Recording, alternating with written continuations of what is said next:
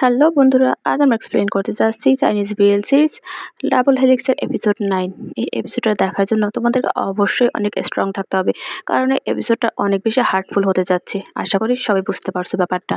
যাই হোক, চলো আমরা ড্রামাতে ফেরত যাই। ড্রামার শুরুতেই আমরা দেখতে পাই যে চেঙ্গি সে লুফাংয়ের বাসায় আসে, কারণ লুফাং সে ওকে ইনফর্ম করে যে চাকরির ব্যাপারে ওর সাথে আরও একবার কথা বলতে চায়, এবং যদি ওকে সে না পছন্দ করে তাহলে যেন সেটা ভুলে যায়। কিন্তু দেখা যায় যে চেঙ্গি সে সত্যি সত্যি ওর বাসায় চলে আসে, একটু ইতস্তত করে প্রথমে, এরপর সে অনেক সাহস নিয়ে কলিং বেলে চাপ দেয় এবং একটু পরই লুফাং দরজা খুলে দেয়। লুফাং দরজা খোলার পর চেঙ্গিকে দেখে, কিন্তু তার কোনো প্রতিক্রিয়া হয় না। সে বলে যে ভেতরে এসো। দেখা যায় চেঙ্গি সে ওর পেছনে পেছনে ভেতরে চলে যায়। ভেতরে যাওয়ার পর চেঙ্গি তার চোখ থেকে চশমাটা খুলে ফেলে এবং আশপাশটা দেখতে থাকে। তখনই লুফাং দাঁড়িয়ে যায় আর বলে যে তোমার যেখানে খুশি সেখানে বসতে পারো। এরপর দেখা যায় যে চেঙ্গি সে একটা চেয়ারে বসে পড়ে। এরপর লুফা চেঙ্গির জন্য অরেঞ্জ জুস আর নিজের জন্য ড্রিঙ্কস নেয় এবং ওর কাছে গিয়ে বলে যে আগে কিছু খেয়ে নাও। এই কথা বলার পরই দেখা যায় চেঙ্গি ওর হাত থেকে সেই গ্লাসটা নেয় এবং লুফাং এক দৃষ্টিতে ওর দিকে তাকিয়ে থাকে। এরপর সে গিয়ে সোফায় বসে পড়ে এবং চেঙ্গি তার হাত থেকে এই অরেঞ্জ জুসটা টি টেবিলের উপর রাখে এবং সে লুফাংয়ের দিকে তাকায় আর বলে যে আমি সবকিছু ক্লিয়ার করতে এসেছি তোমার সাথে। এই কথা বলার পর সে আরো বলে যে আমি কেলোকে ইউজ করিনি, তার সাথে আমার সম্প্রতি দেখা হয়েছে। এরপর সে আরো বলে যে আগে যখন আমি তোমার সাথে দেখা করতে গিয়েছিলাম তখন আমি আসলে সরি বলার জন্য গিয়েছিলাম তোমার কোম্পানিতে। লুফাং তখন সেই অরেঞ্জ জুসটার দিকে তাকায় আর বলে যে আমি যতদূর জানি যে অরেঞ্জ জুস তোমার ফেভারিট, তুমি মনে হয় ওটা এখন আর পছন্দ করো না, তাই না? এই কথা শুনে দেখা যায় কি ব্যস্ত হয়ে যায় আর বলে আরে না, আমি তো সবসময় এটা পছন্দ করতাম। এই কথা বলেই সে গ্লাস থেকে জুস খাওয়া শুরু করে এবং কিছুটা খাওয়ার পর সে ওটা আবার টেবিলের উপর রেখে দেয়। লুফাং আবার ওই জুসটার দিকে তাকায়। এরপর সে আবার সোজা হয়ে বসে এবং বলে যে তুমি বলছো যে তুমি ক্ষমা চাওয়ার জন্য গিয়েছিলে, কিন্তু কেন? তুমি এমন কি করেছো যে তোমাকে ক্ষমা চাইতে হবে? এই কথা শুনেই দেখা যায় চেঙ্গি একটু চুপ করে থাকে। তারপর ওর দিকে তাকিয়ে বলে যে ৫ বছর আগে যা হয়েছিল তার জন্য আই এম সরি। আসলে ওই সময় আমার মন মানসিকতা ঠিক ছিল না এবং আমার এতটাই টেনশন হচ্ছিল যে আমার মা আর ভাইয়ের জন্য যে আমি কি করব আমি সেটাই বুঝতেছিলাম না। এই কথাটুকু শোনার পরেই লুফাংয়ের মনে পড়ে তার বাবার অত্যাচারের কথা। ইভেন তারপর বাবা যে মারা গিয়েছিল সে কথা। সে তার সবকিছু যে ছেড়ে দিয়েছে চেঙ্গির জন্য সে কথা। ইভেন চেঙ্গি যখন ওর সাথে ব্রেকআপ করেছিল, ইভেন তারপর বিয়ে করেছিল, সেটা ওর মনে পড়ে। এরপরই ও আবার বর্তমানে ফেরত আসে এবং তখনই দেখা যায় চেঙ্গি ওকে ডাকে এবং দেখা যায় যে লুফাং সে বাস্তবে ফেরত আসে আর বলে যে আমি শুনেছি যে তুমি নাকি ঝাওলনকে বিয়ে করেছো, কংগ্রাচুলেশন। এই কথা শোনার পরেই চেঙ্গি একটু বিচলিত হয় আর বলে যে তার কারণ হলো। এরপর লুফাং আরো বলে যে আমি আরো শুনেছি যে তোমরা নাকি দুজনে ডিভোর্স করেছো। এই কথা বলার পরেই চেঙ্গির দিকে তাকিয়ে ও সোজা হয়ে বসে আর বলে যে এত ভালো ফ্যামিলির জামাই হয়েছে তুমি, তোমার ক্ষেত্রে কি এটা ওয়ার্কআউট করেনি? সে কি তোমাকে ডাম্প করে দিয়েছে? এরপর সে আরো বলে তুমি আমার কাছে এসেছো এর কারণ কি তুমি তাকে ডাম্প করে দিয়েছো নাকি সে তোমাকে ডাম্প করেছে? নাকি তুমি বুঝতে পেরেছো যে তাদের থেকে এখন আমি অনেক বেশি পাওয়ারফুল? ওদিকে দেখা যায় যে চেঙ্গির খারাপ লাগা শুরু করে এবং সে টলতে থাকে, কারণ তার যে জুসের গ্লাস ছিল ওটার ভিতর ড্রাগস মিশানো ছিল, যেটা লুফাং ইচ্ছে করে মিশিয়েছিল। চেঙ্গি কিছু বলতে পারে না, সে টলতে থাকে। তখনই দেখা যায় লুফাং সে উঠে ওর কাছে যায় আর বলে যে কি হলো, তোমাকে দেখতে ভালো লাগছে না, তোমার কি অসুস্থ লাগছে? তখনই চেঙ্গি অনেক কষ্ট করে বলে যে আমাকে জাস্ট ওয়াশরুমে যেতে হবে, কোনো সমস্যা নেই। কিন্তু তখনই দেখা যায় লুফাং সে ওর পেছনে গিয়ে ওর গলাটা জড়িয়ে ধরে আর বলে যে আমি এমন কি বললাম যে তুমি ভয় পেয়ে গেলে? তোমার ভয় পাওয়ার কোনো দরকার নেই। পাস্ট সম্পর্কে আমি অলমোস্ট অনেক কিছুই ভুলে গেছি। তখন তো আমার কিছুই ছিল না, আমি যাও ফ্যামিলির সাথে একদমই কম্পেয়ার করতে পারতাম না। সো তখন তোমার মাইন্ড চেঞ্জ হওয়াটা একদমই অস্বাভাবিক না। এরপর সে আরো বলে যে কিন্তু তুমি ওর সাথে কথা কেন বললে না? আমি তোমার জন্য আমেরিকা থেকে পালিয়ে আসলাম, লু ফ্যামিলির সাথে সমস্ত সম্পর্ক ত্যাগ করলাম, তোমার জন্য আমি সব কিছু ছেড়ে দিলাম। কিন্তু যখন আমি তোমাকে খুঁজতে আসলাম, এসে দেখলাম তুমি অলরেডি বিয়ে করে ফেলেছো। চেঙ্গি ওর কথাগুলো শুনতে থাকে, কিছুই তার কানের ভেতর ঢোকে না। এবং তখন লুফাং আরো বলে যে আমি যতই খুঁজলাম কিন্তু তোমাকে কোথাও খুঁজে পেলাম না। এই কথা বলেই ও চলে যেতে নিলেই চেঙ্গি ওর হাত দুটো ধরে ফেলে এবং তাকে একদমই মাতালের মতো লাগছিল, কারণ সে ওই ড্রাগসের কারণে অনেক বেশি এক্সাইটেড হতে থাকে। সে লুফাংয়ের দিকে তাকায় এবং লুফাং বেন্ড হয়ে ওর মুখের দিকে তাকিয়ে বলে যে এক্স্যাক্টলি তুমি আমার কাছ থেকে ঠিক কি চাও বলো তো? ফার্স্ট তুমি আমাকে বলবে যে তুমি এই কত বছর কি আমার জন্য অপেক্ষা করেছো এবং তুমি কি আমাকে ভালোবেসেছো? আর এখন সে চেপে রাখা পুরোনো আগুনটাকে তুমি জ্বালাতে চাচ্ছ? যে কিছুই বলতে পারে না। তখনই লুফাং ওর গলা থেকে ওর টাইটা খুলে ফেলে দেয় এবং ওর বুকে হাত বুলাতে থাকে আর বলে যে তোমার গা তো পুড়ে যাচ্ছে, তোমার কি জ্বর এসেছে? কিন্তু চেঙ্গি কথা বলার মতো কোনো অবস্থাই থাকে না। তখনই লুফ্যাং ওর গলায় সেই রিংটা দেখতে পায় একটা চেইনের সাথে এবং ওটা দেখেই ও আরো বেশি রেগে যায় এবং টান দিয়ে গলা থেকে ওই চেনটা ছেড়ে ফেলে। ফেলে আর বলে যে, "এই সস্তা জিনিসটা তুমি এখনো ক্যারি করছো? তুমি অনেক বেশি ম্যানিপুলেটিভ।" এই কথা বলার সাথে সাথেই দেখা যায় যে চেঙ্গি সে ওই চেইনটার দিকে তাকায় এবং লুফাং তার হাত থেকে রিংসহ ওই চেইনটা নিচে ফেলে দেয়। চেঙ্গি এবার লুফাংকে কাছে টেনে ওকে কিস করতে নেয়, কিন্তু দেখা যায় ওরা কাছাকাছি চলে আসে। তখনই লুফাং ওকে সরিয়ে দেয় এবং আমরা দেখতে পাই যে চেঙ্গি সে একবার আশেপাশে তাকায়, তারপর আবারও চাতক পাখির মতো সে লুফাংয়ের মুখের দিকে তাকায়, কিন্তু লুফাংয়ের কোনো হেলদোল থাকে না। তখনই দেখা যায় যে চেঙ্গি সে একবার নিচে পড়ে যেতে নেয় এবং তার পড়ে যাওয়া দেখেই তাড়াতাড়ি করে লুফাং ওকে ধরে ফেলে। এর পরের দৃশ্যে আমরা দেখতে পাই যে তারা দুজনেই বাথটাবের ভেতর রয়েছে এবং চেঙ্গির চোখ দুটো বাঁধা এবং দেখা যায় লুফাং সে তার সারা শরীরে টাচ করতে থাকে। চেঙ্গি ড্রাগস নেওয়ার কারণে সেও অনেক বেশি এক্সাইটেড থাকে, যার কারণে ওর এরকম টাচে চেঙ্গিও সাড়া দেয় এবং এক পর্যায়ে দেখা যায় যে লুফাং ওকে টাচ করতে করতে ওর গলাটা চেপে ধরে ওকে ধাক্কা মারে এবং এরপরই আমরা দেখতে পাই যে চেঙ্গি সে ঘুম থেকে জেগে ওঠে এবং আশপাশটা তাকায় ভয়ে ভয়ে। এরপর সে লাইটটা জ্বালিয়ে দেয় এবং নিজের জামা কাপড় দেখতে পায় যে ওগুলো চেঞ্জ করা। এরপর সে তাড়াতাড়ি করে বিছানা থেকে নেমে নিচে চলে আসে এবং সে প্রতিটা দরজা ভালোভাবে চেক করে এবং দেখতে পায় যে প্রতিটা দরজাই আটকানো। সে লুফাংয়ের নাম ধরে বারবার করে ডাকতে থাকে, কিন্তু কোনো সাড়া শব্দ না পেয়ে সে চুপচাপ ড্রয়িং রুমের সোফার উপরে বসে এবং সেখানেই সে নিচে তার সেই রিংটা দেখতে পায়। তারপর সে সেই রিংটা হাতে নেয় এবং সেটা দেখতে থাকে। সেটা দেখতে দেখতেই গতকাল রাতের কথা তার মনে পড়ে যে লুফাং কিভাবে তার গলা থেকে ওটা ছিঁড়ে ফেলেছিল। এরপর সে আবারও লুফাংয়ের রুমের দিকে যায় এবং সেখানে গিয়েও সে সকল দরজা জানলা ভালোভাবে চেক করে এবং দেখতে পায় যে সবকিছুই লক করা। এরপর সে আবারও ড্রয়িং রুমে ফিরে আসে এবং সেখানে ভালোভাবে চেক করে এবং কোনো উপায়ন্তর না পেয়ে সে আবারও সোফার ওখানে নিচে গুটিসুটি মেরে বসে পড়ে এবং ওই রিংটা নিয়ে দেখতে থাকে। তখনই দরজা খোলার শব্দ হয় এবং চেঙ্গি খুশি হয়ে যায়, কারণ সে ভাবে যে লুফাং এসেছে। দেখা যায় যে সত্যিই লুফাং এসেছে, কিন্তু তার সাথে অন্য একটা ছেলে এবং ওকে দেখেই চেঙ্গি থেমে যায় এবং তখন ওর সাথে ছেলেটা বলে যে, "তোমার বাসায় অন্য কেউ আছে, তাহলে তুমি কেন আমাকে এখানে আসলে?" তখনই লুফাং বলে যে, "তাকে নিয়ে কোনো কিছু ভাবার তোমার দরকার নেই, চলো।" এই কথা বলেই দেখা যায় লুফাং ওই ছেলেটাকে নিয়ে সোফার দিকে চলে যায় আর চেঙ্গি সে মন খারাপ করে তার রুমের দিকে চলে যায়। এদিকে আমরা দেখতে পাই যে ওরা দুজন যখন সোফায় বসে তখনই লুফাং সেই ছেলেটাকে বলে যে, "তুমি হাসো।" ছেলেটা প্রথমে বুঝতে পারে না। তারপর দেখা যায় লুফাং আবার বলে যে, "কি বলছি তোমাকে, তুমি হাসো।" এরপর দেখা যায় ওই ছেলেটা ইচ্ছে করে হাসতে থাকে আর আমাদের চেঙ্গি সে রুমে বসে সেই হাসির শব্দ শুনতে পায় এবং সেই হাসির শব্দ শুনে তার বুকটা ভেঙে একদম চৌচির হয়ে যায়। সে উঠে দরজা জানলা ভালো করে আটকে দেয় যাতে করে ওই সাউন্ডটা তার কানে না আসে। এরপর সকাল হয়, দেখা যায় লুফাং সে সবাই বসে থাকে। তখনই চেঙ্গি নিচে নামে আর লুফাং উঠে চলে যেতে নেয়। চেঙ্গি এসেই ওর হাতটা ধরে, কিন্তু লুফাং সে ওর হাতটা ছাড়িয়ে দেয়। এরপর তার হাতাটা সে ঝাড়া দেয়, মনে হয় যেন কোনো পাপ হয়ে গেছে তাকে ছোঁয়া। তখনই চেঙ্গি বলছে, "লুফাং, চলো, তোমার সাথে কথা আছে।" তখন লুফাং বলে যে, "তুমি কি কথা বলতে চাও? তুমি বলতে চাও যে কিভাবে আমাকে তুমি প্রতারিত করেছো?" চেনি তখন বলে যে, "ওসব কিছুই আমি আমার মা আর ভাইয়ের জন্য করেছি। আমার অন্য কোনো চয়েস ছিল না।" তখন লুফাং বলে যে, "আচ্ছা, তোমার মা আর ভাই তারা আমার কাছে কি? আমি কেন তাদেরকে কনসিডার করব?" চেনি তখন বলে যে, "তার মানে তুমি আমাকে এখানে ট্রিক করে নিয়ে এসেছো শুধুমাত্র রিভেঞ্জ নেওয়ার জন্য?" তখনই লুফাং বলে যে, "রিভেঞ্জ? তুমি কি সেটার যোগ্য আসলেই?" এই কথা বলেই সে ওখান থেকে চলে যেতে নেয়। তখনই চেঙ্গি ওকে বলে যে, "তাহলে কি চাও তুমি আমার কাছ থেকে?" এই কথা শুনেই লুফাং একবার ওর দিকে তাকায়, কিন্তু সে কিছু না বলেই বাসা থেকে বের হয়ে যায়। এরপরই আমরা দেখতে পাই যে চেঙ্গি সে ওর আসার জন্য অপেক্ষা করছিল রাতে এবং তখনই দেখা যায় যে ও দরজা খুলে ভেতরে ঢোকে এবং চেঙ্গি দাঁড়িয়ে যায় ওর সাথে কথা বলার জন্য। কিন্তু তখনও দেখতে পাই যে ও অন্য একটা ছেলেকে নিয়ে এসেছে বাসায়। চেঙ্গি কিছু বলতে নিলেই লুফাং তাকে পুরোপুরি ইগনোর করে এবং ওই ছেলেটাকে নিয়ে ভেতরে চলে যায়। এরপরই দেখা যায় চেঙ্গি আবারও ওই সোফার উপরে বসে পড়ে এবং সে তাদের দুজনের ইন্টিমেট হওয়ার শব্দগুলো শুনতে পায়। সে বরাবর সে সামনের দিকে তাকিয়ে থাকে। পরের দিন রাতে চেঙ্গি যখন একা একা নুডলস খাচ্ছিল তখনই লুফাং বাসায় ঢোকে এবং সে সরাসরি ওখানে বসেই অন্য আরেকটা ছেলেকে কিস করতে থাকে এবং একবার চেঙ্গি সেদিকে তাকায় এবং লুফাংয়ের চোখ পড়ে। দেখা যায় যে চেঙ্গির ভেতরে কোনো হেলদোল থাকে না, সে তার এক মনে ওই নুডলসটা খেতে থাকে এবং দেখা যায় চেঙ্গি কিস করতে করতে সেই ছেলেটাকে কোলে তুলে নিয়ে ওখান থেকে চলে যায়। চেঙ্গি আবারও একবার ওদিকে তাকায়, কিন্তু এবারও সে আর কোনো প্রতিক্রিয়া দেখায় না। সে আবারও নিজের কাজ করতে থাকে। সকালে যখন চেঙ্গি নিচে নামতে নেয় তখন দেখতে পায় লুফাং সেই ছেলেটাকে কোলে নিয়ে ওখানেই বসে আছে এবং সেই ছেলেটা ওর কোলের উপরে শুয়ে আছে ওর হাত ধরে। দেখা যায় যে চেঙ্গি সেটা দেখে কিন্তু কিছুই বলে না। লুফাং একবার ওর দিকে তাকায়। এরপরে আমরা দেখতে পাই যে প্রতিদিনই এরকম ঘটনা ঘটতে থাকে। লুফাং কাউকে না কাউকে বাসায় নিয়ে আসে এবং ওর সামনে বসেই তারা কিস করে, ইন্টিমেট হয়। চেঙ্গি সবকিছুই দেখে, ওর কষ্টও হয়, কিন্তু সে কিছুই বলার অধিকার রাখে না, কারণ লুফাং এখন বললেও তার কথা শুনবে না। সে মূলত চেঙ্গিকে কষ্ট দেওয়ার জন্য এসব কাজগুলো করতে থাকে।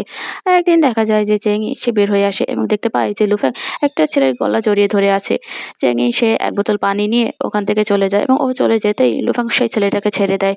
এরপরই আমরা দেখতে পাই যে অন্য আরেক দিনের কাহিনী, যেখানে দেখা যায় লুফ্যাং সে একটা ছেলেকে নিয়ে বাসায় আসে এবং সেই ছেলেটা বলে যে, মিস্টার লু, আপনার বাসাটা তো দেখছি অনেক বড়, আর এই প্রথম আপনার বাসায় আমার আসা এবং অনেক বেশি হ্যাপি। এই কথা শুনি ওর কাঁধের উপর মাথা রাখে, কিন্তু লুফ্যাং ওকে ঠেলে সরিয়ে দেয়। এরপর সে তার ড্রিঙ্কস নেয় এবং দেখা যায় যে সেই ছেলেটা সে ঘুরে ঘুরে দেখতে থাকে এবং হঠাৎ করেই চেঙ্গি ওর সামনে চলে আসে। তখন ওই ছেলেটা বলে যে, মিস্টার লু, এখানে তো অন্য কেউ আছে, তাহলে আপনি কেন আমাকে আসতে বললেন?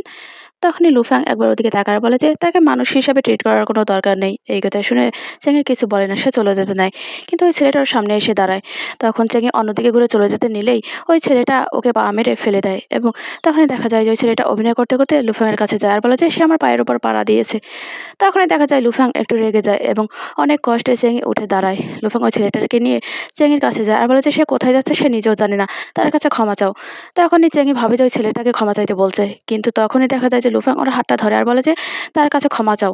এই কথা শুনেই লুফ্যাংয়ের দিকে একবার তাকায় চেঙ্গি, তারপর অনেক কষ্টে সে সেই ছেলেটাকে সরি বলে এবং হাতটা ছাড়িয়ে ওখান থেকে ওপরে চলে যায়। লুফ্যাং একবার সেদিকে তাকায়, তারপর ওই ছেলেটার দিকে তাকিয়ে বলে যে, তুমি কি মজা পেয়েছো? ছেলেটা বলে যে সে জানে না। তখন লুফ্যাং ওকে সরিয়ে দিয়ে আবারও গিয়ে ড্রিঙ্কস করতে থাকে।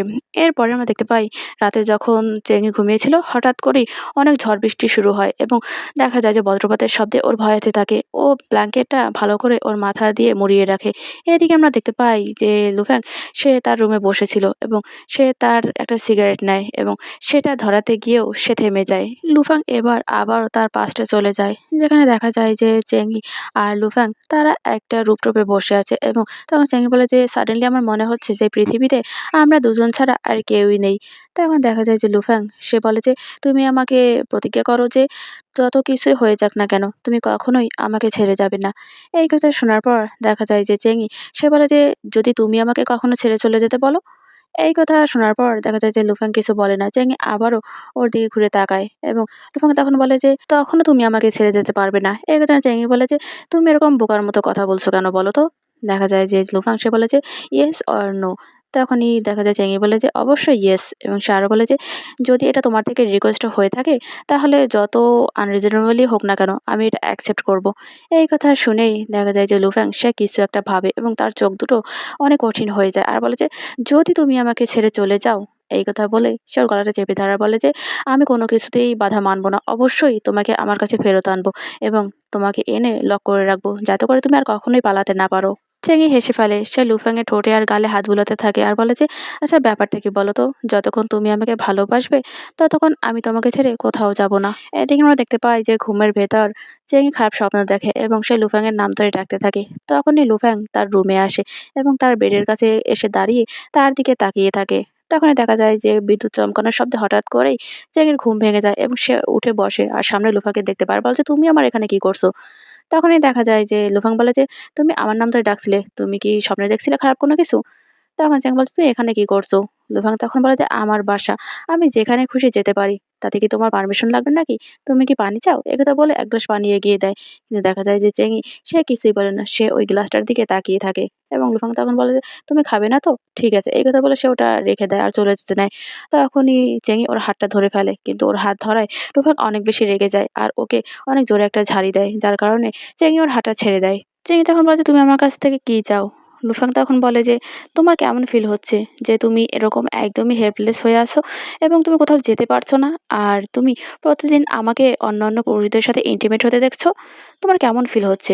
অনেক খারাপ ফিল হচ্ছে, তাই তো? এরপর সে ওর দিকে আগায় আর বলে যে, তোমার কোনো রাইট নেই এরকম ফিল হওয়ার, কারণ তুমি তো আমার কেউ না। কে তুমি আমার?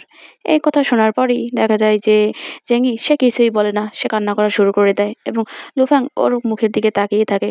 এরপরে দেখা যায় যে সে আরো বলে যে, তোমার ফেসের দিকে এখন তাকালে আমার অনেক বেশি অসুস্থ লাগছে। এই কথা বলে সে চলে যেতে নেয়।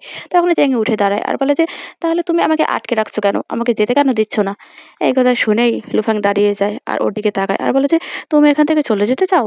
এরপর সে ওর দিকে একটু আগিয়ে বলে যে, সেটা তোমার স্বপ্নে তুমি ভাবতে পারো। তখন চেঙ্গি ওর কাছে আসে আর বলে যে, এটা একটা imprisonment, এবং তখনই লুফাং বলে যে, কি করবে তুমি? পুলিশকে কল করবে?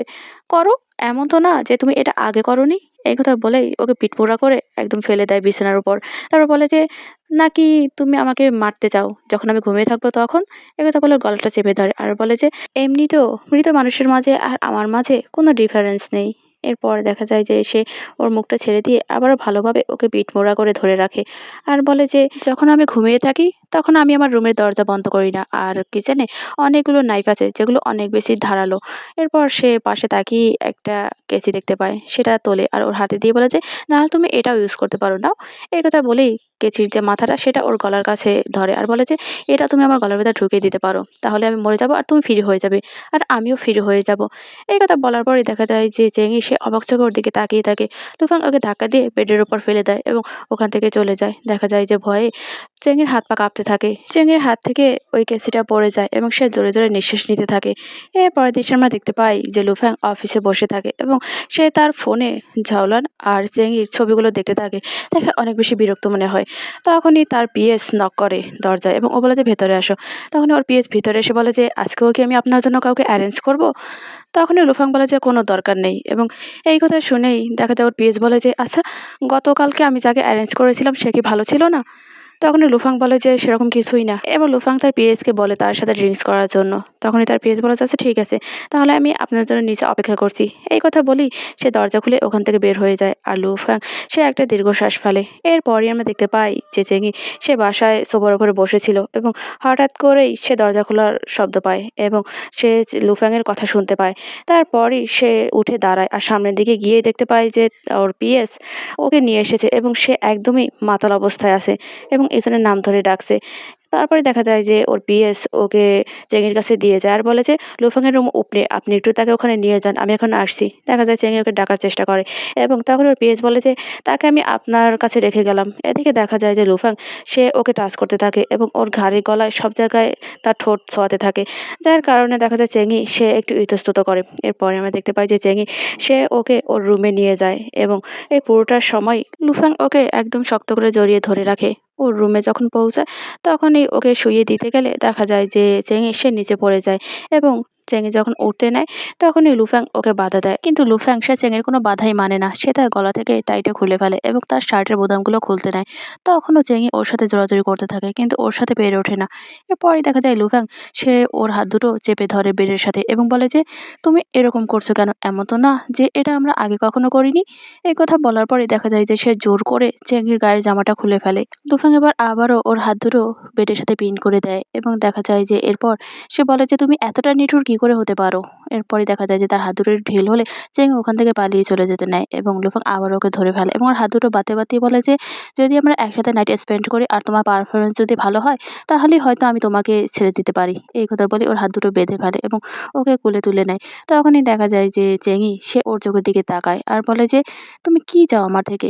এই কথা শোনার পরেই লুফাং সে বলে যে, "আমি তোমাকে ট্রাস্ট করছি। এতেই তো তোমার হ্যাপি থাকা উচিত। তুমি এভাবে এটা কনসিডার করছো না কেন?"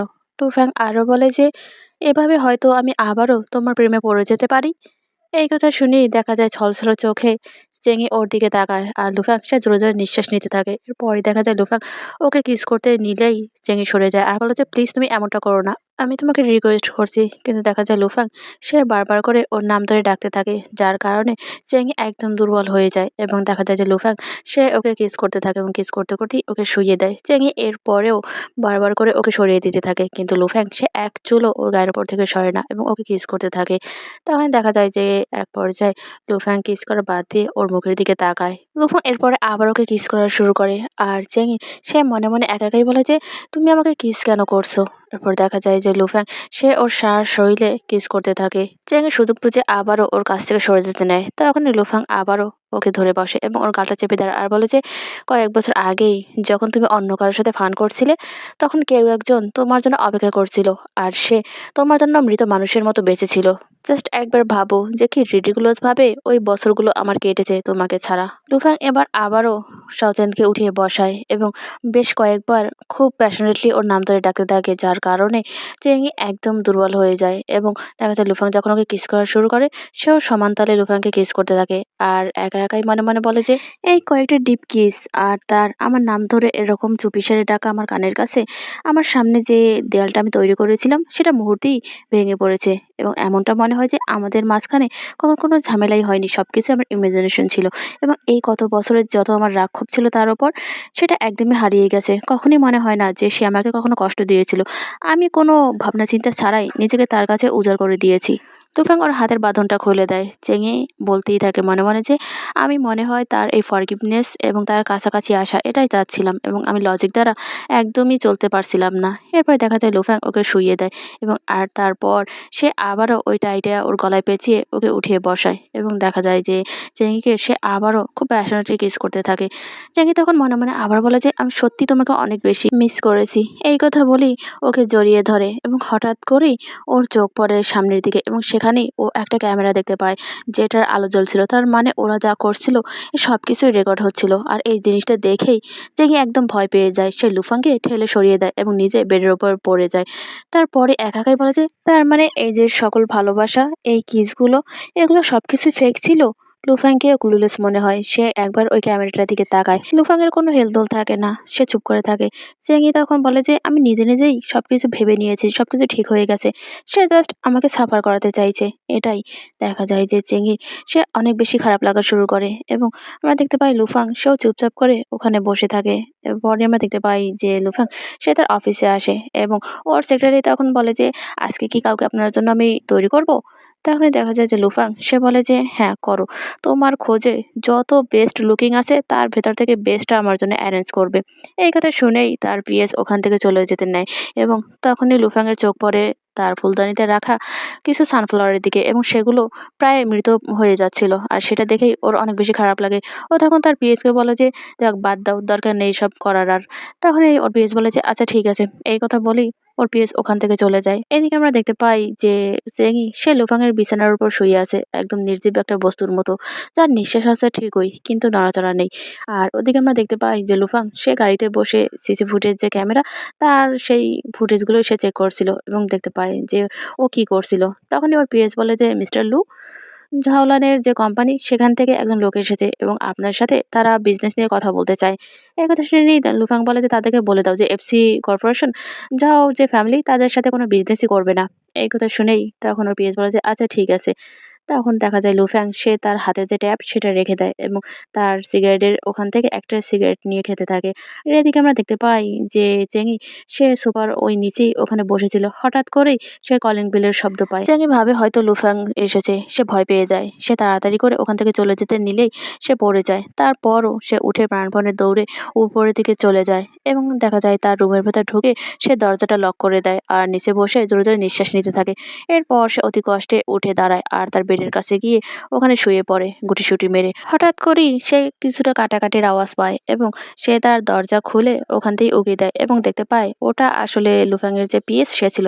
সে রান্নাঘরে কিছু একটা রান্না করছিল এবং চেঙ্গি তখন মনে মনে ভাবে যে সে যেহেতু এসেছে সেহেতু হয়তো দরজাটা আনলক করা, এই জন্যই সে চুপি চুপি করে উপর থেকে নিচে নেমে আসে এবং চুপি চুপি দরজার কাছেও চলে যায়। কিন্তু বারবার করে ট্রাই করার পরও সে বুঝতে পারে যে দরজাটা আসলে লক করা।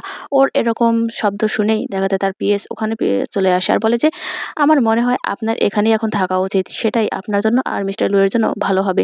একথা বলেই দেখা যায় যে লুফাং এর সেই পিএস ওখান থেকে চলে যায় আর চেঙ্গি সে হেল্পলেস এর মতো ওখানেই দাঁড়িয়ে থাকে। এরপরে আমরা দেখতে পাই যে চেঙ্গি সে লুফাং এর ওয়াশরুমে যায় এবং তার বাথটাবের ভেতর নিজেকে ডুবিয়ে রাখে।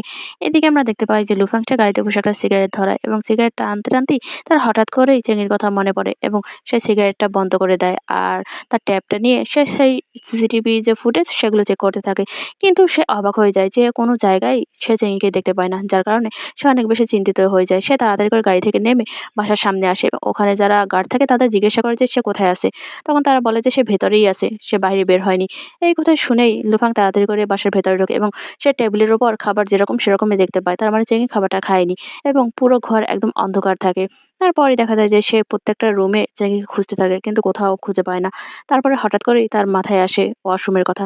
সে তাড়াতাড়ি করে তার ওয়াশরুমের ভেতর ঢোকে এবং সেখানেই সে চেঙ্গিকে দেখতে পায় বাথটাবের ভেতর ডুবন্ত অবস্থায়। সে প্যানিকড হয়ে যায়। তাড়াতাড়ি করে গিয়ে সে চেঙ্গিকে উঠায় আর বলে যে কি করছো তুমি? তুমি কি নিজেকে মেরে ফেলার জন্য চেষ্টা করছো? চেঙ্গি তখন বলে যে আমি জাস্ট গোসল করছি। তখনই দেখা যায় যে লুফাং বলে যে কিন্তু তুমি এখানে কি করছো? এই কথা বলেই ওকে জোরে একটা ধাক্কা মারে যার কারণে চেঙ্গি ব্যথা পায় এবং তারপরে দেখা যায় চেঙ্গি সে বাথটাবের উপর মাথাটা এলিয়ে দেয় এবং সে লুফাংয়ের দিকে তাকায়। লুফাংকে আরো বেশি কঠিন মনে হয় এবং এবার দেখা যায় লুফাং আবারও ওকে ধরে বসায় আর বলে যে, "তুমি কি মরার চেষ্টা করছো? যদি তুমি মরার চেষ্টা করো তাহলে সেটা আমার বাঁচাবেই কেন তোমাকে করতে হবে?" এই কথা বলে ওকে আবার একটা ধাক্কা দেয়। দেখা যায় যে চেঙ্গি সে নিজেকে সামলে নেয় এবং সোজা হয়ে বসে। লুফাং তখন রাগে গজগজ করতে থাকে আর বলে যে, "তুমি কি ভয় পাচ্ছ যে আমি তোমার কোনো ক্ষতি করে দেব?" এরপরে দেখা যায় যে লুফাং সে ওর কাছাকাছি যায় আর বলে যে, "তোমাকে চিন্তা করতে হবে না, কিছুই হবে না।" এই কথা বলে সে আবারও সোজা হয়ে দাঁড়ায় এবং নিজের শার্টের বোতামগুলো খুলতে থাকে। এর পরের দৃশ্যে আমরা দেখতে পাই যে লুফাং সে আধশোয়া হয়ে বসে আছে আর চেঙ্গি সে উপর হয়ে শুয়ে আছে এবং দেখা যায় যে লুফাং সে চেঙ্গির মাথায় হাত বুলোতে থাকে এবং এদিকে আমরা দেখতে পাই যে লুফাংয়ের সারা পিঠে আঁচড়ের দাগ। এদিকে দেখা যায় যে চেঙ্গি সে উপর হয়ে শুয়ে থাকলেও সে পুরোপুরি সজাগই থাকে, কিছুই বলে না। লুফাংকে দেখা যায় যে ওর পিঠে এবার হাত বুলাতে থাকে এবং এক পর্যায়ে ওর চোখ মুখ একদম আলাদা হয়ে যায়, ওর কান্না চলে আসে। এরপরই ও সোজা হয়ে বসে। আর এদিকে আমরা দেখতে পাই যে সকাল হয়ে যায় এবং চেঙ্গি সে তখনও বিছানায়, তার ঘুম ভাঙে এবং আমরা দেখতে পাই যে তার পিঠেও মূলত অনেকগুলো আঁচড়ের দাগ, যেগুলো মূলত লুফাং গতকাল রাতে যখন তার সাথে জোর করে ইন্টিমেট হয়েছিল সে সময় এর দাগগুলো হয়েছিল। দেখা যায় যে চেঙ্গিকে আরো বেশি নির্জীব মনে হয়। চেঙ্গি এবার অনেক কষ্টে উঠে বসে আর নিজের জামা কাপড় পরে নেয়। এরপর সে জানালা দিয়ে বাহিরে তাকায়। জানালার পর্দা যখন সরে যায় তখনই আলোটা তার মুখের ওপর পড়ে আর সেটা দেখেই ও হেসে ফেলে। কিন্তু দেখা যায় যে যখনই পর্দাটা সেই আলোটা বন্ধ করে দেয় তখনই ওর মুখটা আবার অন্ধকার হয়ে যায়। বারবারই এরকম করতে থাকে সে। এরপরে আমরা দেখতে পাই যে চেঙ্গি সে নিচে নেমে আসে। সেখানেই সে কেলোকে দেখতে পায় যে তার ফোনে গেমস খেলছিল এবং ওকে দেখেই ও চলে যেতে নেয় ওখান থেকে এবং কেলো ওকে দেখে ফেলে আর বলে যে, "ব্রাদার চেন?" ওর ডাকে চেঙ্গি দাঁড়িয়ে যায় আর কেলোর কাছে যায় আর বলে যে, "সত্যি কি এটা তুমি? আর তুমি এখানে কি করছো?" তখনই কেলোর চোখ পড়ে ওর গলার দিকে এবং অনেকগুলো মার্ক দেখতে পায়। বলে যে, "তোমার গলায় এগুলো কিসের মার্ক?" তখনই চেঙ্গি বলে যে, "আসলে আমি পড়ে গিয়ে এরকম ব্যথা পেয়েছি।" তখন কেলো বলে যে, "পড়ে গিয়ে ব্যথা পেয়েছো?" চেঙ্গি মাথা নাড়ে আর বলে যে, "হ্যাঁ, কয়েকদিনের ভেতরে এটা সেরে যাবে।" তারপরে সে বলে যে, "বাই দ্য ওয়ে তুমি এখানে কি করছো?" কেলো বলতে নেয় যে এটা তার আঙ্কেলের বাসা। তারপর সে থেমে যায় আর বলে যে, "তুমি মিস্টার লুকে জানো এবং সে টেনিস খেলায় অনেক বেশি পারদর্শী। নেক্সট উইকে আমার একটা টেনিস টুর্নামেন্ট আছে। সো আমার প্র্যাকটিস করা দরকার হবে। ব্রাদার, তুমি আমাদের সাথে চলো না?" চেঙ্গি তখন বলে যে, "আমি তো জানি না যে এটা কিভাবে খেলতে হয়।" তখনই কেলো বলে যে, "কোনো সমস্যা না, তুমি শিখতে পারবে। আর মিস্টার লু সে শুধুমাত্র একজন ভালো প্লেয়ারও না, সে একজন ভালো টিচারও এবং সে কখনোই তোমার উপর রাগ দেখাবে না।" চেঙ্গি মাথা নেড়ে সায় জানায়। তখন কেলো বলে যে, "আমার মতো একজন গাধা তাকেই যখন সে এনকারেজ করতে পারে তাহলে তো তোমার ব্যাপারে কোনো কথাই নেই।" এরপরই দেখা যায় যে চেঙ্গি বলে যে, "লুফাং সত্যিই তোমার সাথে অনেক ভালো আচরণ করছে।" তখনই দেখা যায় কেলো বলছে, "হ্যাঁ, এর কারণ হলো যে সে একজন ভালো মানুষ।" সে আবার বলছে, "বাই দ্য ওয়ে তুমি তো এখনো আমাকে বললে না যে তুমি এখানে কি করছো?" তারপরে দেখা যায় যে সে আমতা, আমতা করতে থাকে। কেলো তখন বলে যে, "আচ্ছা তুমি কি তার কোম্পানিতে জব করা শুরু করেছো? কেমন যাচ্ছে সেটা?" দেখা যায় যে ও কিছু বলতে নেবে তখনই ওখানে লুফাং চলে আসে আর কেলোকে বলে যে, "কেলো দেখো আমি তোমার জন্য একটা নতুন র‍্যাকেট নিয়ে এসেছি।" কেলো খুশি হয়ে যায় আর ওটা গিয়ে ধরে আর বলে যে, "ওহ! এটা তো বেশ ভালো।" তখনই দেখা যায় লুফাং বলে যে, "এটা আমি বিদেশ থেকে তোমার জন্য আনিয়েছি কাস্টম মেড।" এবং তখনই ওর জামাকাপড় প্রশংসা করে যে, "এই ড্রেসটা তো তোমার গায়ে খুব ভালো লাগছে।" কেলো তখন লুফাংকে বলে যে, "মিস্টার লু আমরা ব্রাদার চেনকে কি আমাদের সাথে নিয়ে যাবো খেলার জন্য?" তখনই চেঙ্গি না করে দেয় আর বলে, "আমি জানি না কিভাবে খেলতে হয়।" লুফাং তখন বলে যে, "তাকে নিয়ে তোমার ভাবার দরকার নেই।" দেখা যায় কেলো কিছু বলতে নেয়। লুফাং তখন বলে যে, "নিচে গাড়ি এসেছে, চলো আমরা যাই।" এই কথা বলেই ওকে নিয়ে ওখান থেকে বের হয়ে যায়। আর ওরা চলে যাওয়ার সাথে সাথেই দেখা যায় যে চেঙ্গি সে এতটা বেশি কষ্ট পায় যে নিজের পায়ে দাঁড়িয়ে থাকতে পারে না। সে সাপোর্ট হিসেবে অলের সাথে হেলান দিয়ে দাঁড়িয়ে যায়। আর এই চ্যাপ্টারটা এখানেই শেষ হয়ে যায়। ভিডিওটি ভালো লাগলে অবশ্যই লাইক, কমেন্ট আর সাবস্ক্রাইব করে পাশে থাকবেন। ধন্যবাদ সবাইকে।